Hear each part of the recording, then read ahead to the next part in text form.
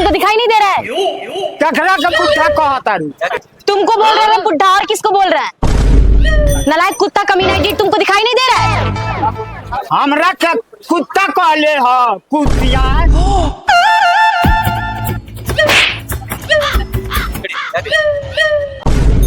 ते हमरा बाबा का थप्पड़ मारले कुतिया।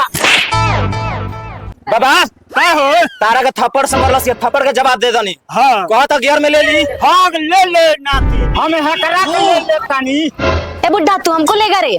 नाती। हाँ बाबा हई साइकिल धर हम इनका के ले ले ली। हाँ ले जा। हाँ जा बानी जा पैसा तो।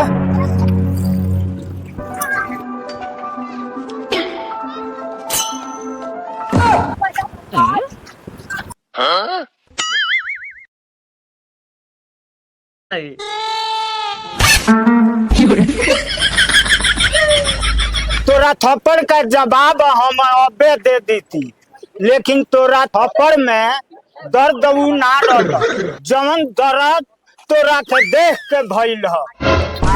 बाबा हाँ केने दर्द भइल बा हो? अरे तारा से का कही नाती, हमार दिल तो फाड़ देले बिया। दिल फाट गई। हाँ अच्छा ढाक के रख, सिया जाई। हाँ भगवान तो तारा के ऊ बनौले बड़े कि अरे बाप रे बाप। आए है ठीक ला बाबा। हाँ। ये लोग के देख के मुअल आदमी भी जिंदा हो जाई प्यार करे खतरा। हाँ हाँ चलो दीदी। ए करे जा तनी मुस्कुरा दो हो। बाबा का हो? फसलस तो फसला। हाँ चला चला चला चला।